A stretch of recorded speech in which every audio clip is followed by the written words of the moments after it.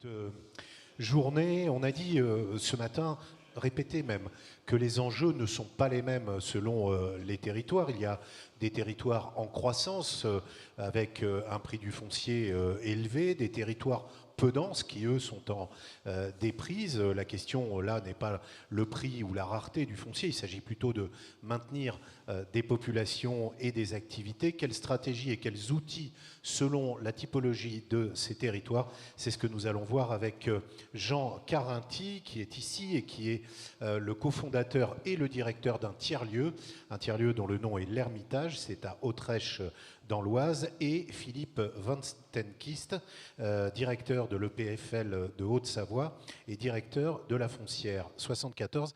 La première question est pour vous, Philippe Van Stenkist. Quels pourraient être les effets du ZAN dans les Alpes?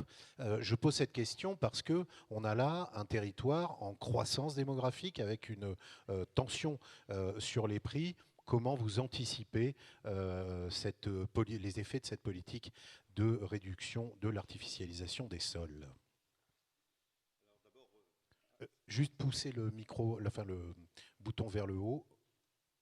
Voilà, d'accord. D'abord, je voudrais vous remercier beaucoup de m'avoir invité ici, et c'est pas avec une certaine émotion, puisque, comme je le disais tout à l'heure à mon voisin, j'ai fait mes études pas très loin d'ici, mon CAP et mon BEP agricole à l'école d'agriculture de Chauny. Donc, vous voyez que c'est une proximité, même si je suis parti dans les terres de Haute-Savoie. Voilà, je retourne un peu, pas sur mes terres natales, puisque je suis originaire de la Somme, mais voilà. Donc, merci beaucoup de m'avoir invité. Alors, qu'est-ce qui nous a conduit aux ZAN? Beaucoup de choses. Beaucoup de choses. Alors tout à l'heure, on a cité un préfet, Jean-François Leclerc. Il faut savoir qu'il a déjà été préfet de Haute-Savoie, et lors des 10 ans, l'anniversaire des 10 ans de l'EPF de Haute-Savoie, il avait dit si les élus, vous avez peut-être 10 ans d'avance, mais il serait peut-être temps que vous vous dotiez également des moyens de pérenniser vos politiques publiques en matière d'aménagement du territoire. Parce que la Haute-Savoie, c'est sûr, c'est à peu près 800 000 habitants. C'est un territoire qui accueille aujourd'hui 10 000 habitants en solde annuel. C'est aujourd'hui 100 000 frontaliers qui tous les jours vont franchir la frontière et travailler en Suisse. Je vous rappelle que, excusez-moi, je reparlais des Suisses. Mais bon, vous verrez qu'il y a beaucoup de choses à dire, et qui finalement multiplient leur salaire par deux. Et on voit disparaître finalement un tissu industriel, parce que justement il y a une pression de la Suisse qui influe sur le territoire, mais aussi parce qu'on a fait le ZAN avant le ZAN. On a fait en fait le ZAN, je dirais, avec la loi montagne et la loi sur l'eau, puisque du fait de ces deux textes de loi, ça a considérablement réduit les potentialités de constructibilité des terrains. En fait, on s'est retrouvé sur les fonds de vallée ou autour des agglomérations. Et puis naturellement, aussi les agriculteurs, ils sont sur les mêmes endroits, puisque pour exploiter, il vaut mieux un terrain plat qu'un terrain en pente. C'est toujours quand même plus facile. Donc les réflexions qui ont conduit à construire une stratégie pour répondre à la problématique ZAN, c'est une réflexion déjà bien intérieure. C'est le ZAN avant le ZAN. Voilà. C'est ça qui nous a conduit à réfléchir peut-être les outils. Justement, ça nous permet d'anticiper les effets futurs du ZAN. On a compris la noblesse des objectifs qui sont la sécurité, la préservation de la ressource en eau, limiter les gaz à effet de serre, etc. Mais on peut aussi imaginer que sur un territoire comme le vôtre, ça alimente une spirale inflationniste de l'immobilier, avec les conséquences qu'on connaît, gentrification des centres-villes, exclusion des classes moyennes vers la périphérie. Est-ce que c'est ce qui s'est passé chez vous avec la politique que vous avez menée et dont vous nous disiez que c'était le ZAN avant le ZAN? Oui. On n'avait pas besoin de ça pour le faire. La gentrification, le problème de la spéculation foncière était déjà bien présent compte tenu de la tension du marché. Si vous avez qu'un territoire déjà qui, de manière géographique ou topographique, est sur les 2 tiers inconstructible, et que vous avez un solde migratoire de 10 000, et il est même plutôt du côté des 12 000 habitants annuels, automatiquement, vous avez cet effet spéculatif sur le marché immobilier. Que ce soit sur la problématique du logement, que ce soit sur la problématique industrielle, que ce soit sur la problématique commerciale, et que ce soit sur la problématique agricole, espace naturel. Parce qu'il ne faut pas oublier qu'on est en concurrence sur les mêmes espaces. Mais est-ce que ça veut dire que dans cette situation-là, il faut une action de régulation forte, j'allais dire presque autoritaire, de ces marchés, de l'immobilier tertiaire, de l'immobilier de logement, ou est-ce qu'on laisse faire? Alors, complètement. Je crois que si on avait laissé faire ou simplement fait de la planification par réglementaire ou de la politique réglementaire, aujourd'hui le territoire serait complètement, sur certains aspects, complètement omnubilé par des gens qui ont des moyens. Je vous rappelle que le SMIC pour les gens qui vont travailler en Suisse, c'est 4 400 € aujourd'hui. Ça vous donne déjà 4 400 € le SMIC. Et puis, ben, ceux qui sont en France, ceux qui sont fonctionnaires, qui sont infirmiers, qui sont instituteurs, qui emploient les fonctions traditionnelles, ben, eux, ils sont payés sur la base des grilles de fonctions. Et ben, ces gens-là, aujourd'hui, ben, ils trouvent pas, ils trouvent plus de travail. Et puis, les industriels, parce qu'on est aussi sur un territoire d'industrie, la vallée de l'Arve était connue pour ces entreprises de décotage qui étaient des petites entreprises, des entreprises de 10, 20 salariés, qui répondaient justement, qui faisaient beaucoup de pièces détachées, de roulements et ainsi de suite. Eh bien aujourd'hui, ben, difficulté de recruter, et lorsqu'ils recrutent, eh bien ces gens-là ne trouvent pas le logement qui va de pair. Et donc là, on commence à voir un petit peu les liens qu'il y a entre les problématiques du ZAN du côté économique, mais aussi avec les problématiques de logement et les problématiques de vie. Et peut-être qu'on les abordera peut-être tout à l'heure. Mais justement, cette régulation que vous pratiquez déjà, comment elle s'opère? Quels sont les outils dont vous disposez pour permettre justement à ces classes moyennes, voire populaires, de rester sur les territoires inflationnistes? Alors c'est là où ça conduit, je dirais, à partir des travaux que l'on a menés au sein de l'établissement public foncier de Haute-Savoie, de voir quels étaient les moyens de pérenniser les politiques publiques dans le temps. Alors on s'est permis un petit diagnostic. On a regardé un petit peu ce qui se passait en matière de logement, le problème de l'accession sociale à la propriété. On avait aussi la problématique du logement locatif social. Donc là, la loi SRU incite à la production d'un certain quota de logements sociaux. Mais lorsque vous avez une problématique du logement social et une problématique de logements qui sont en moyenne à 5 6 000 et plus en moyenne sur le territoire, vous voyez qu'il y a entre les deux la classe moyenne qui ne trouve pas de réponse en matière de logement, c'est-à-dire les gens qui sont, voilà, je parle des infirmiers, des choses comme ça, qui travaillent en France, qui n'ont pas la réponse à leurs besoins primaires de se loger. Voilà. Donc inadéquation. Et les politiques publiques qui avaient été ciblées dans ces secteurs-là, c'était les politiques, par exemple, du logement PSLA ou du logement de l'accession sociale, c'était des politiques du one-shot. En clair, on versait des fonds publics pour favoriser la production de ce type de logement, qui voilà, faisait le pont, le lien entre le logement locatif social et l'accession libre.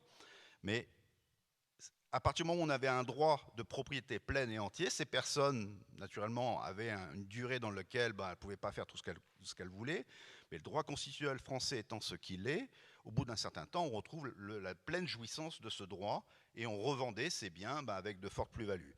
Et donc la collectivité, si elle voulait favoriser ce parcours résidentiel, devait à nouveau refaire un effort réglementaire ou financier pour avoir une offre de pérennisation. Je ne vais pas plus loin, mais on va faire la même chose au niveau des entreprises. Lorsqu'on a fait le bilan des politiques publiques en matière d'offres économiques, on s'est rendu compte que finalement, entre le coût d'aménagement des zones d'activité économique et leur prix de vente, il y avait 33% de subventions de fonds publics qui étaient mis dans la production de ces logements.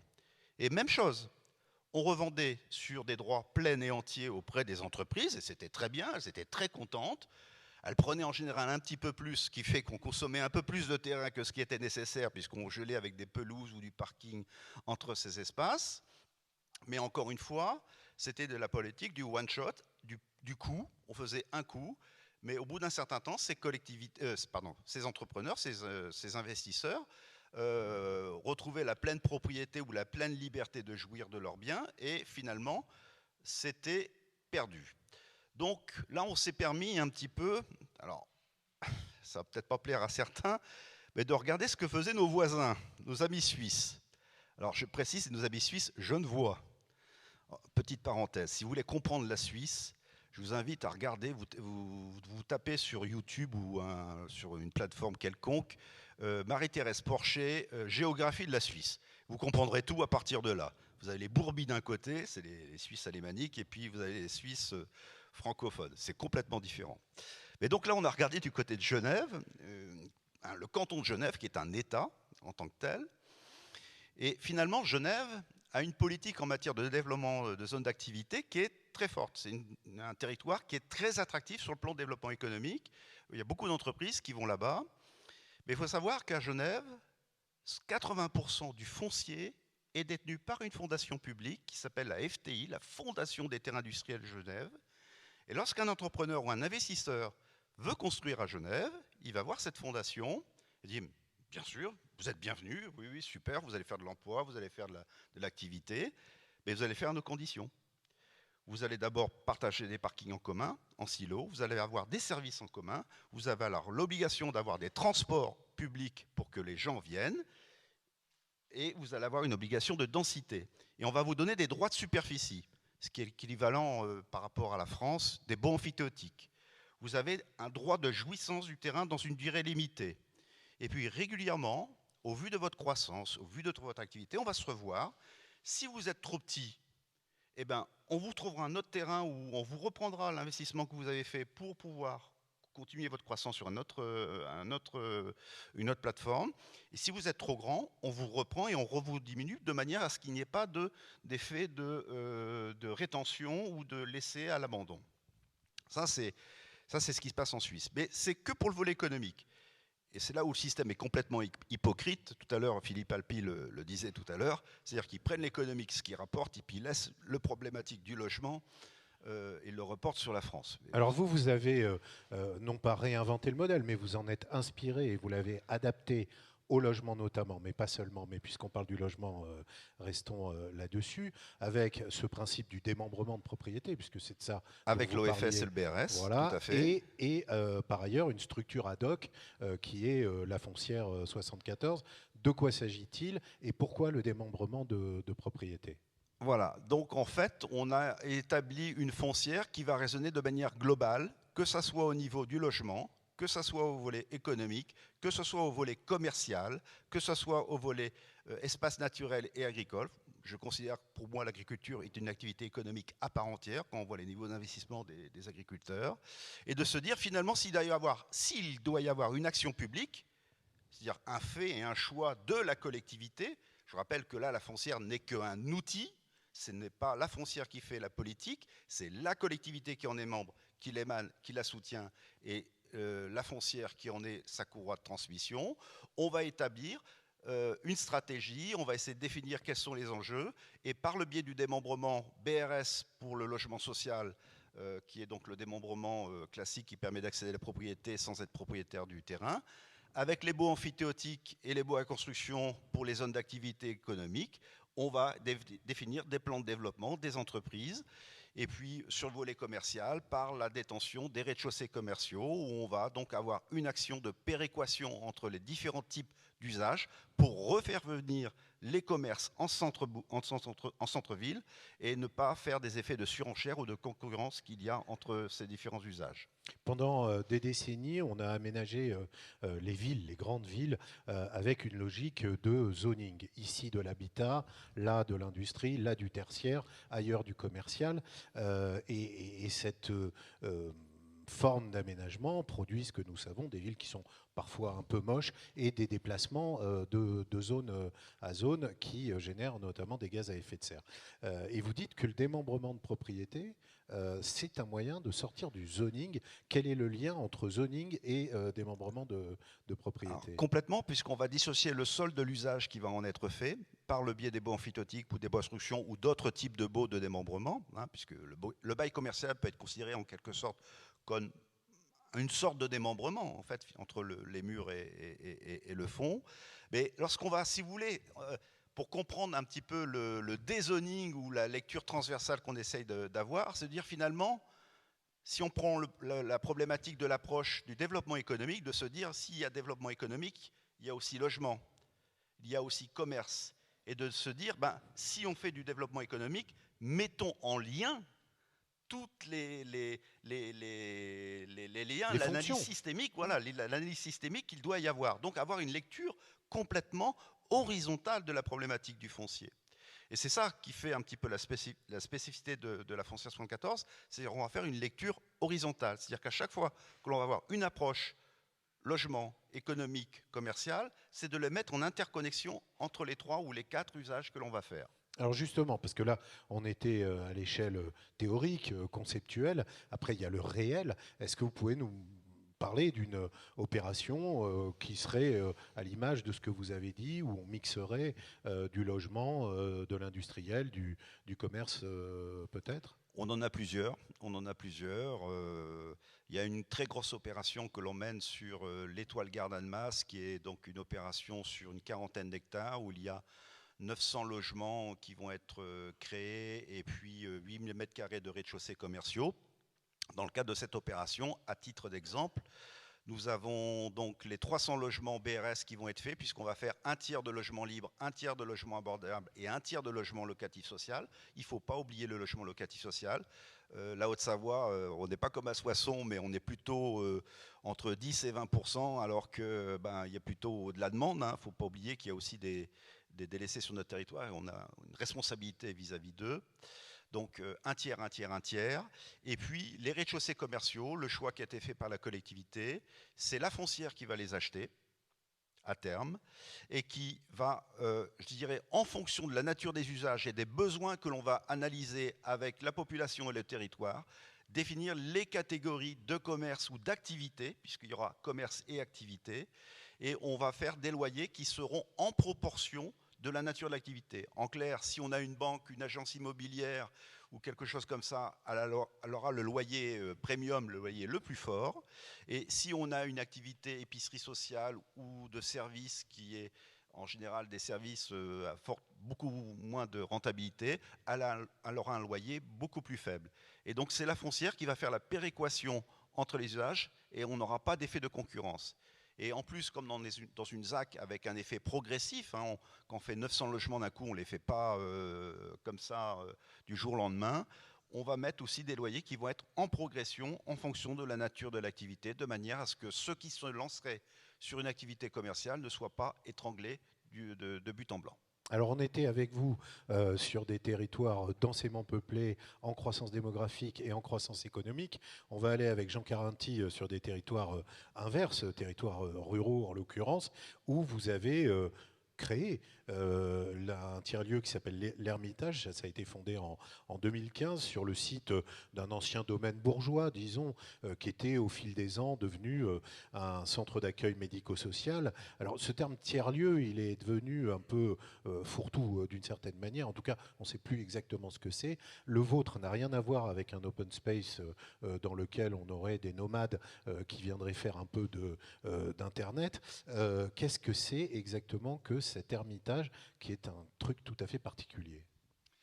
Bonjour, merci de votre accueil. Peut-être moi aussi, peut-être un clin d'œil d'émotion parce que j'ai moi été scolarisé à Soissons. J'ai été scolarisé de l'autre côté de la rue, au collège Saint-Paul et puis ensuite au lycée. Et donc j'ai un attachement particulier et cette salle est absolument magnifique. Et on se sent, en tant que Soissonnais, heureux de pouvoir y partager ses réflexions sur l'avenir du foncier. Et puis un deuxième clin d'œil, moi j'apprends beaucoup au contact des patrons de foncières aujourd'hui sur les enjeux qui sont ceux qu'on porte en territoire rural. Et je ne pense pas qu'on ait fondamentalement de problématiques qui soient si lunaires que ça par rapport à ce qui a été évoqué sur la foncière savoyarde. Alors qu'est-ce que l'Ermitage en tant que tiers-lieu? Concrètement, vous imaginez un grand domaine construit après la Première Guerre mondiale par un commerçant Pierre de Taille qui a réussi de manière fulgurante dans le métier de la reconstruction. Il avait trouvé son créneau au bon moment et qui fait faillite. Malheureusement pour lui, il fait faillite.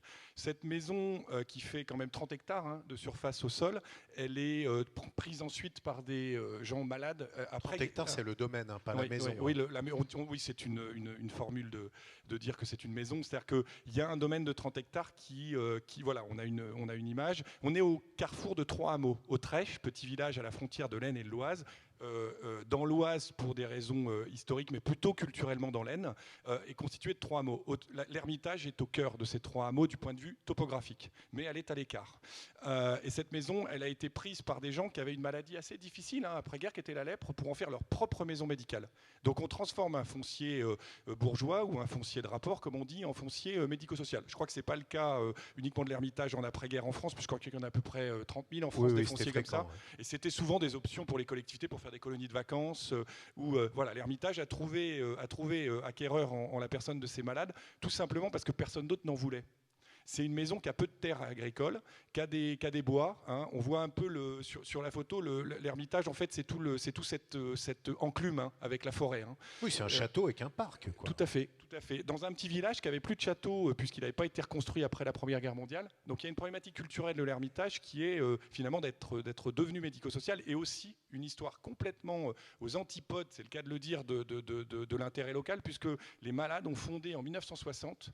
Ils avaient racheté en 1954, reconnu par la Sécurité sociale, une ONG internationale. Et moi, je suis un enfant de cette histoire-là, en fait. On a été formés, élevés sur ce site par des gens qui étaient coopérants internationaux, qui formaient sur place des coopérants. Donc, la structure foncière de l'Ermitage, c'est une grande maison, des communs transformés en bureaux, et des communs par ailleurs, vous voyez un peu ce qu'est aujourd'hui la métamorphose, des communs qui sont transformés, construits progressivement en 50 ans pour en faire un centre de formation pour des gens qui partent à l'étranger.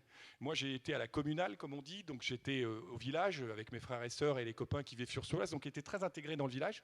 Et l'histoire qui nous lie aujourd'hui au site, elle démarre en 2015, comme vous l'avez dit, quand les gens vendent ce site, les propriétaires, une association d'intérêt général le vend et se rend compte qu'en fait, voulant en faire un CADA, on est dans l'Oise, dans un territoire qui ne voulait pas forcément de ça, un centre d'aide aux demandeurs d'asile, il se trouve planté. Donc c'est une future friche en 2015. Vous imaginez ce que peut coûter un foncier comme ça à maintenir quand on est une association d'intérêt général et qu'on n'a plus de fonds propres. On est à 15 000 € par mois. Donc c'est clairement l'hypothèque et la vente à la découpe. Vous avez 21 hectares de bois. Il y a une valeur foncière du bois qui est immédiate. Le notaire peut mettre à peu près 20 minutes à vendre 20 hectares de bois comme ça. C'est très attractif. Il y a 2 hectares de terres maraîchères qui étaient en conventionnel chez un paysan en comitat. Donc ça veut dire qu'en fait, ça n'était pas un fermage, c'était exploité, mais en conventionnel. Et donc ça part très très vite à la vente. Qu'est-ce qu'on fait des bâtiments ? Et il reste les murs invendables. Invendables. Et on a beaucoup de friches comme ça, des maisons qui deviennent des urbex, comme on dit, avec beaucoup de curiosité aujourd'hui sur les réseaux sociaux. Ce sont des trucs qui sont squattés, visités, parfois brûlés, et qui finissent avec, parfois, quand on a encore les moyens, un gardien, mais de toute façon, un jeu du chat et de la souris qui finit par faire des Alors, ruines. qu'est-ce que vous en avez fait, finalement ? On a, en 2015, été amené à questionner sa valeur. Et en fait, on est quand même sur une valeur qui était au départ d'1 million d'euros. Le propriétaire en voulait 1 million d'euros. Et nous, on leur a dit tout de suite, moi je travaillais à la ville de Paris à l'époque, on leur a dit tout de suite, vous êtes lunaire, ça ne vaut pas 1 million d'euros. Et je fais un clin d'œil d'ailleurs à l'établissement public foncier sur ce point, parce que la question de la valeur est au cœur du débat avec les vendeurs dans ces cas-là. Et moi, je considérais qu'elle avait même une valeur négative, cette friche. Et il m'a fallu 2 ans, en mettant en place une occupation temporaire, en finançant sur fonds participatifs avec une équipe qu'on a constituée avec des compétences, 2 ans de négociation pour aboutir à un compromis à 300 000 €. Mais 300 000 € sur un site comme ça, au fin fond de la Picardie, c'est 300 000 € de trop. Pour faire quoi ? Pour faire quoi ? J'allais y venir. Parce que c'est ma question. On a constitué un projet d'intérêt collectif autour de 4 grands enjeux. Les locaux de sommeil, qui étaient des locaux en ERP hospitalier. On en a fait un projet d'hôtellerie de séminaire. Ça a l'air assez classique comme ça. Ça demande quand même pas mal de capitaux. On a notamment un lien avec la Banque des Territoires aujourd'hui pour injecter des capitaux pour transformer ce foncier. Donc les locaux de sommeil, de l'hôtellerie de séminaire, mais pas n'importe quel séminaire. Nous, on est sur des séminaires qui posent la question de la frugalité, la question de la transition écologique et la question de la transition énergétique au cœur de son attractivité. Donc en fait, les gens viennent chez nous, des grands comptes, pas pour être chez un grand hôtelier, mais pour être justement en rupture et en réflexion. Donc on a une infrastructure qui accueille entre 2 et 3 groupes par semaine aujourd'hui, avec 30 à 40 lits en moyenne de commercialisés. Et c'est ça notre moteur économique. C'est comme une grande entreprise installée sur un foncier dans un village qui fait tourner le foncier. L'objectif, c'est d'avoir un moteur économique. On a créé une holding autour de cette filiale hôtelière et on a créé une boîte de conseil aussi. Moi, je viens plutôt du monde des collectivités, mais aussi de l'assistance à maîtrise d'ouvrage, donc avec des associés. associé. J'ai fondé une société de conseil. Mais ça n'aurait pas suffi à donner un sens à ce projet. Ce qui lui donne un sens aujourd'hui, c'est d'avoir une micro-ferme de 2 hectares qui est en société civile d'exploitation agricole sur la partie maraîchère. On a donc constitué un fermage avec un partenaire qui s'appelle Sens, qui est une société spécialisée dans la station de micro-ferme en France. Là, on crée tout de suite du lien avec les habitants. On a 2 hectares qui permettent d'avoir un circuit court alimentaire. On vend toutes les semaines des paniers de légumes, on commence à faire de la transformation, donc là c'est un acteur important. Il n'est pas forcément intéressant économiquement cet acteur pour le projet, parce que le fermage, on sait que ça ne rapporte rien en termes de loyer. Par contre, en termes d'attractivité culturelle et économique, on retrouve un peu l'intérêt des foncières de faire des assemblages, c'est qu'on a réinstallé la question de l'alimentation au cœur du village, et comme la transition écologique nous intéresse, c'est important. Ensuite, on a une microbrasserie, parce qu'on sait qu'aujourd'hui, les microbrasseries sont des sujets vraiment de société. On a un acteur qui est en bail 369, pour le coup, la ferme était en fermage.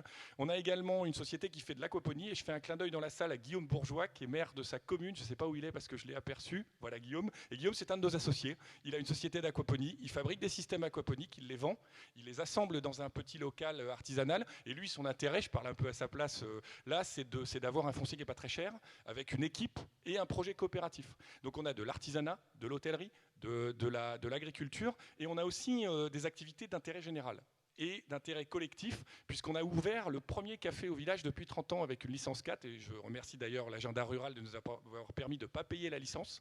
Ça, c'est un clin d'œil aux communes de moins de 3500 habitants qui veulent reprendre une licence 4. C'est gratuit aujourd'hui, s'il n'y a pas d'acteurs présents. Donc nous, une licence 4, moi je suis assez fier, avant 50 ans, d'avoir ma licence 4. Hein. Je le dis, c'est quand même en milieu rural un sujet important d'ouvrir un café. On a également des activités d'animation, de numérique. On a une formation, un petit centre de formation sur le dépannage informatique. Enfin, voilà, c'est un lieu d'intérêt collectif. Comment vous avez été accueillis par les habitants, que ce soit les élus ou les autres, les citoyens? Est-ce qu'ils vous ont cru quand vous leur avez raconté cette histoire? Ceux qui vous croyaient, trouvaient-ils que c'était souhaitable, ou est-ce que ça s'est passé différemment, avec des réserves, voire de l'hostilité? Je dirais que c'est quelque part tout ça en même temps, donc je vais essayer de vous répondre de manière synthétique tout en rentrant dans la nuance. Moi, je suis un enfant du village, j'ai 7 frères et sœurs, donc on a tous été à la communale.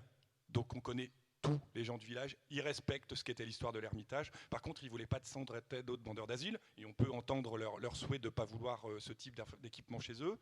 Donc il a fallu qu'on démarre de ça, de dire aux gens, ce ne sera effectivement pas un CADA. Par contre, les valeurs qui sont les nôtres, on les partage avec vous, et ce sont des valeurs d'ouverture et de solidarité. Donc là-dessus, est-ce que vous avez envie de partager l'aventure? On a fait une réunion publique, et nous, on avait en même temps une contrainte. C'est que j'aurais aimé, moi je fais encore un deuxième clin d'œil à l'EPF, j'aurais aimé pouvoir mettre en place un processus de concertation sur le moyen terme, mais le foncier était tellement en tension qu'il a fallu qu'on acquiert vite pour finalement le sanctuariser. Donc là, les habitants ont peut-être été un peu rapidement embarqués, mais comme on est respecté, comme on a été transparent, ça s'est bien passé. Le maire du village de l'époque était plutôt bienveillant.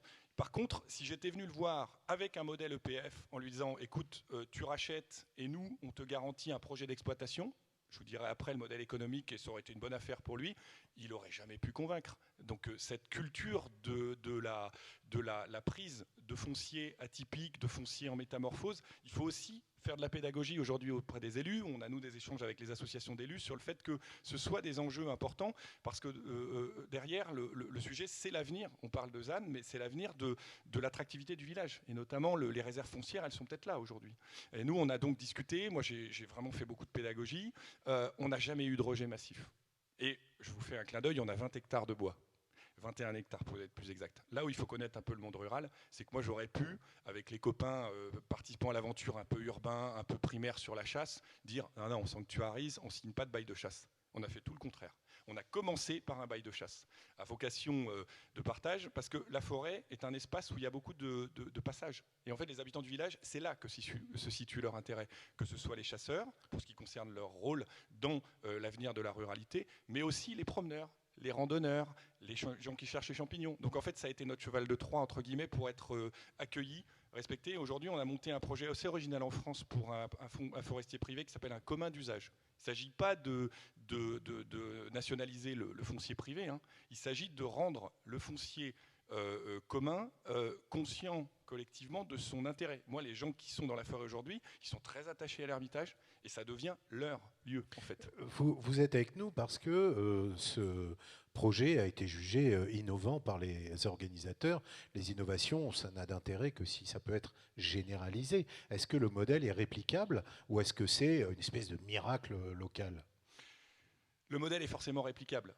Nous, on est convaincus qu'il l'est, et notre travail, en fait, c'est un laboratoire de recherche et développement, l'Ermitage. Et on a été plutôt bien accueillis aussi de ce point de vue-là, même si je suis assez convaincu qu'il y a du travail à faire de fonds propres, de levée de fonds propres, et notamment de prise de participation. On va parler un peu du statut, de prise de participation des collectivités dans ce type de projet via les sociétés coopératives d'intérêt collectif.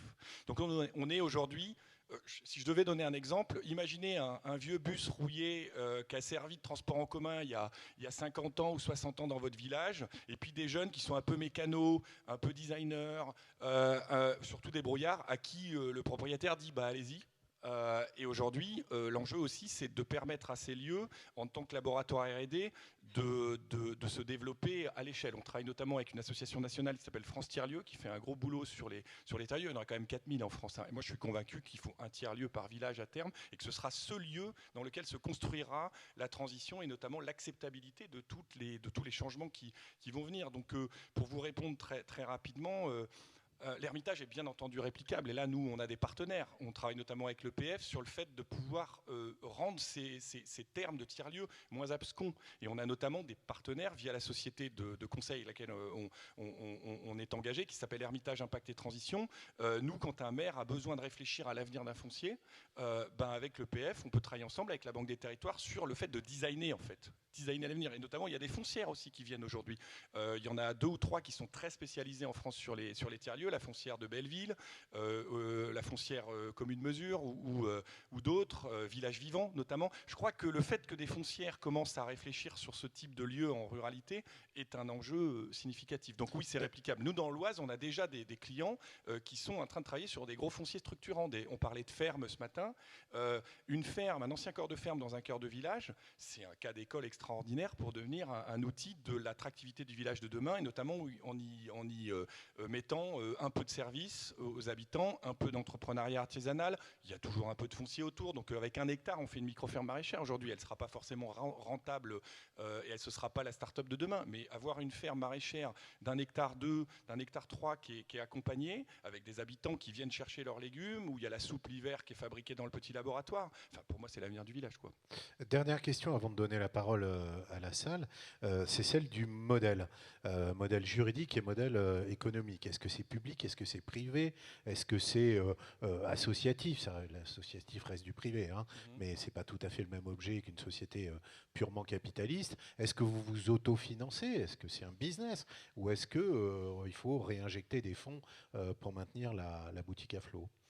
Encore une fois, en essayant de répondre assez rapidement sur un sujet qui est quand même assez technique, on a, nous, un outil de foncière qui est à terme un outil extrêmement structurant pour répondre à la question. Une société coopérative d'intérêt collectif, vous avez du public dedans, vous avez des collectivités qui prennent des parts, l'État aussi peut prendre des parts, vous avez également des entrepreneurs privés et des particuliers. C'est quand même un outil assez souple et assez attractif pour faire du développement économique sur un foncier comme celui-là. C'est un outil d'exploitation. Hein. Donc c'est une SIC qui porte aujourd'hui, elle est en développement, mais c'est une SIC qui porte le projet. Nous, on a acheté en SCI parce qu'on n'avait pas le choix. Il fallait faire vite. Mais cette SCI va se diluer dans la SIC. On travaille avec un cabinet assez spécialisé sur ce sujet en France qui est vraiment compétent sur la transformation de ce type d'outils. Mais nous, on a un outil économique attractif. Moi, je suis associé d'une holding qui s'appelle Hermitage Lab, dans lequel vous avez une société de séminaire, d'entreprise, une société de séjour, une société de conseil. On peut avoir dans une holding X sociétés qui rentrent.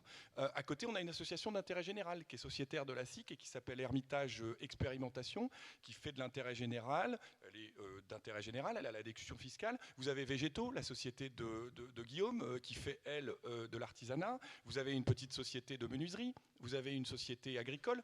Donc en fait, oui, c'est rentable. Oui, ça peut être rentable. Je peux vous garantir que la Banque des Territoires ne rentre pas parce que c'est un trou noir économique. Hein. Il y a vraiment un sujet de compétence à l'intérieur de ces terriers pour porter des assemblages qui sont rentables. Je vais être très, très, très franc. 2025, l'Hermitage, si on a réussi notre pari, c'est 300 à 400 000 euros de loyer perçus pour la SIC. Enfin, moi, le maire aurait eu la propriété du site, je lui ai versé 300 000 € de loyer potentiellement, il n'a pas voulu jouer ça, mais dans d'autres communes, je peux vous dire que les maires commencent à y penser sérieusement. Et c'est ça l'avenir de ce type de modèle. Oui, c'est rentable, ça ne va pas être le truc qui va vous permettre de faire rentrer un business angel qui va faire de la scalabilité, mais ce qui est certain, c'est que c'est rentable et on a déjà des beaux exemples.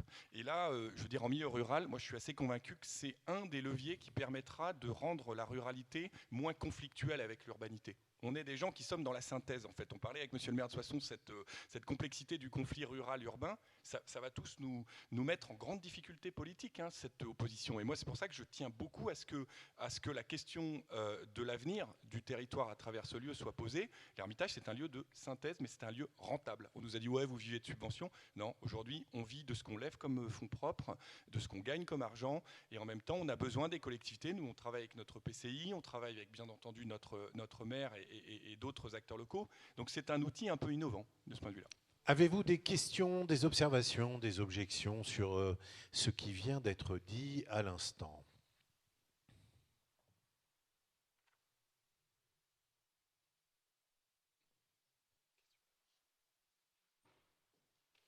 Je ne l'ai pas vu. Il y a quelqu'un qui s'est manifesté? Oui, monsieur.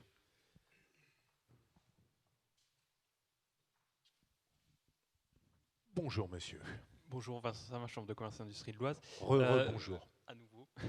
J'avais une question sur la convention d'occupation temporaire que vous évoquiez. Donc, est-ce que vous pourriez expliciter donc, les conditions, les différences par rapport à une location habituelle? Est-ce que c'est uniquement sur des terrains ou sur des bâtiments, par curiosité? Alors c'est une curiosité tout à fait opportune parce que effectivement un des enjeux c'est la confiance qui peut exister entre le bailleur qui met le site qui a mis le site en vente et qui cherche une solution et les personnes qui viennent en collectif pour l'investir temporairement et avec à terme on espère du définitif. Et c'est là où on joue quand même une partie intéressante dans ces tiers-lieux qui ne sont pas de l'urbanisme transitoire pur. C'est des conventions précaires, c'est des baux précaires et ça veut dire que clairement celui qui vient sur les premières années prend des risques de voir les fonds propres qu'il a mis dans l'opération perdus. Et ça, c'est un enjeu de confiance important. Donc, c'est des baux précaires. Je peux vous donner l'exemple de celui que nous, on a signé avec le propriétaire. Mais notamment, des gens comme Plateau Urbain ont de bons exemples aujourd'hui de ce type de baux précaires. Et notamment, nous, on a un sujet sur les périodes transitoires parce qu'on parle de développement et de préfiguration de ce type de lieux qui peuvent durer de 4 à 8 ans. Hein. Et ces périodes, Valère Pelletier disait ce matin qu'il faut financer les travaux d'aménagement, des friches, etc. Les périodes intermédiaires sont importantes pour créer et de la confiance et de l'équilibre économique. Nous, on a généré tout de suite des fonds propres. Je vais peut-être être un peu provocateur, mais on est des gens qui exploitons pas forcément avec une vision orthodoxe des normes. Hein. Nous, on a un ancien ERP hospitalier. Il faut imaginer qu'en termes de sécurité incendie, assistance aux personnes, les ERP hospitaliers étaient quand même assez avancés. Donc ce qu'on a récupéré comme foncier au départ n'était pas complètement dégradé, on pouvait l'utiliser. Mais on n'a pas encore fait passer la commission de sécurité sur un ERP hôtelier de 5e catégorie. On travaille entre les deux et c'est aussi notre risque en tant qu'exploitant temporaire. Mais il y a des gens aujourd'hui qui savent quand même très bien faire, les services d'incendie et de secours sont sensibles, l'État est présent. On est nous, je ne l'ai pas dit, mais on est une fabrique de territoire. On a un label de fabrique de territoire, donc on a le soutien des pouvoirs publics. Et ça, c'est important dans ce type d'opération.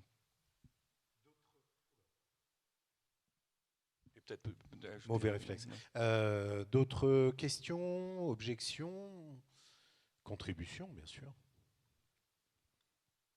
On a 15 minutes de temps de parole pour la salle.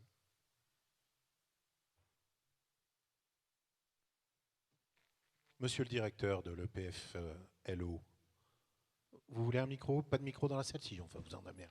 Allez hop, tenez. Il est ouvert. Oui, non, peut-être un témoignage. J'ai résisté un peu avec mes collègues quand ils ont rencontré Jean Catrinqui. Je lui ai dit, qu'est-ce que c'est que ces bobos parisiens, ces utopistes, et voilà. Et puis bon, effectivement, on est allé visiter l'Ermitage, on a regardé un peu. Bon, effectivement, il nous vend une très belle histoire. On a l'impression que c'est magique. On aimerait bien creuser. Mais on constate que ça fonctionne. Alors, on ne sait pas. Je n'ai pas encore compris complètement comment ça fonctionnait, mais on constate que ça fonctionne.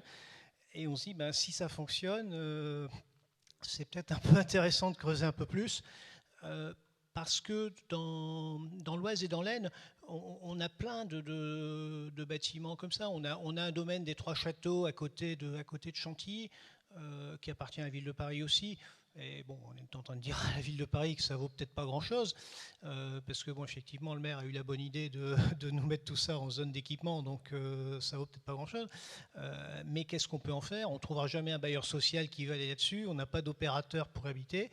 Et puis, on y donne du sens économique.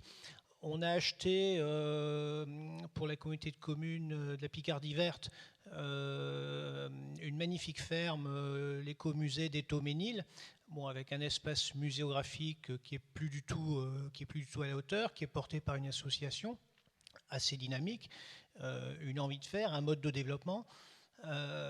Effectivement, ramener dans ces territoires, bon, on a aussi je veux dire, les gens s'éloignent de la vie publique, hein, ne vont plus voter, etc. Et comment on ramène dans ces territoires aussi du lien social et une réalité économique.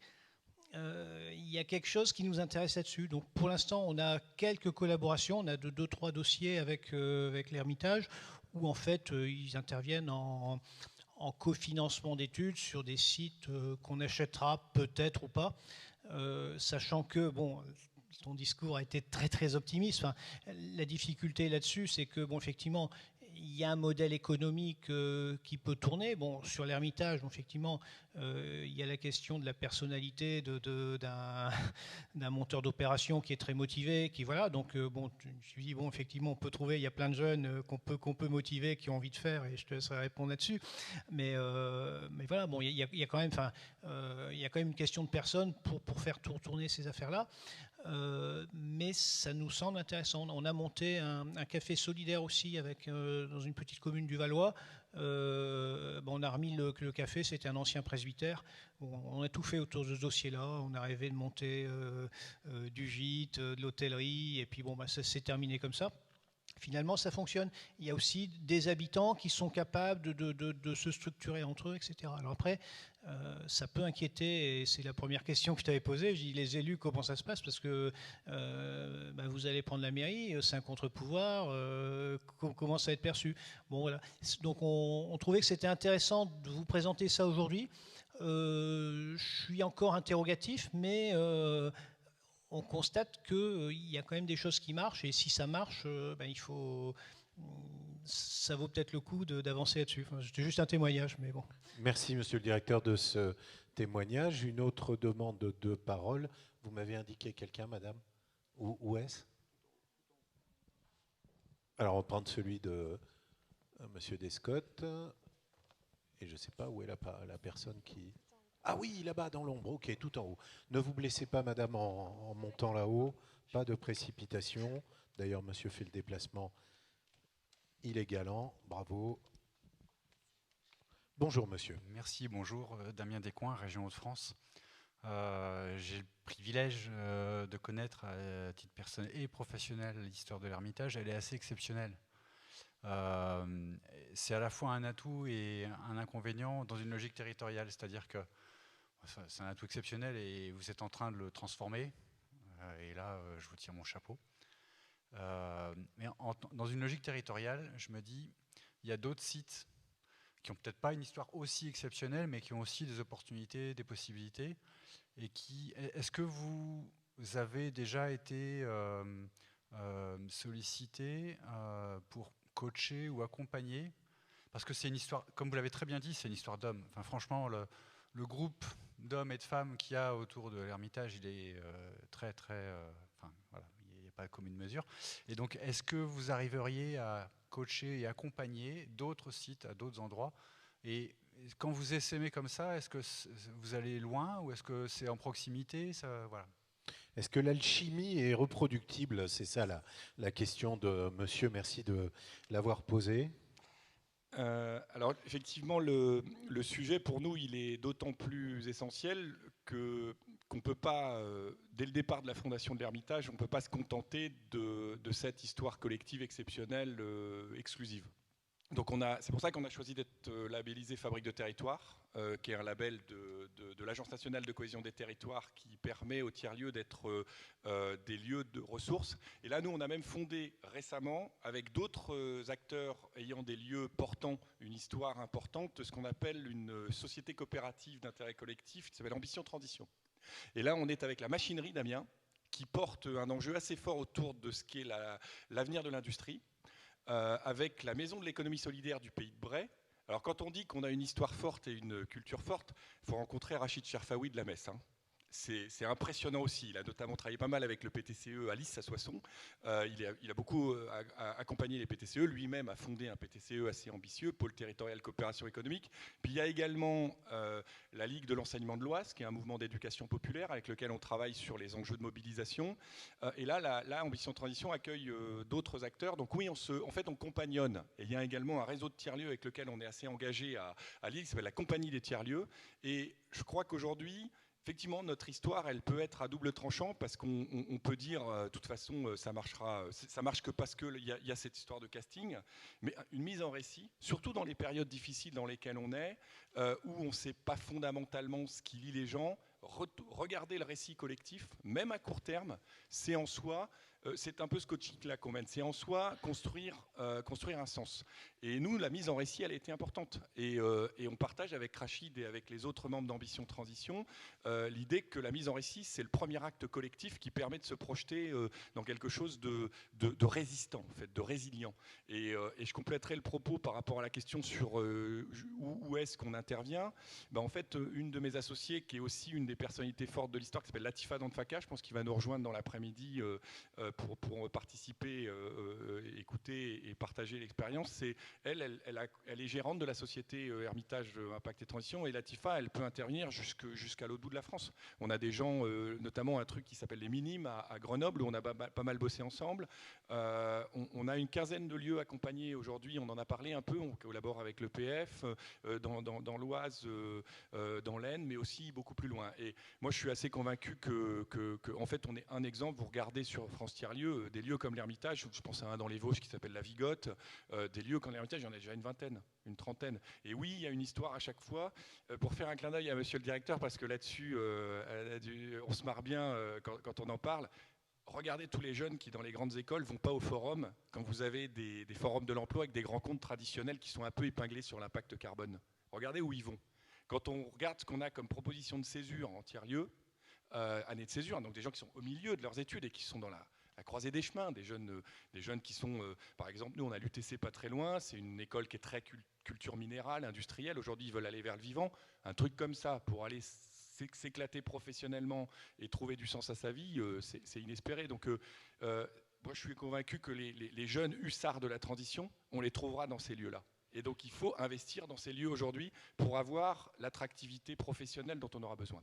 Merci Jean Carinti, cofondateur et directeur du tiers-lieu L'Hermitage. Merci aussi à Philippe Van Stenkist, directeur de l'EPF de Haute-Savoie et de la Foncière 74. Applaudissements si vous voulez pour eux, s'il vous plaît.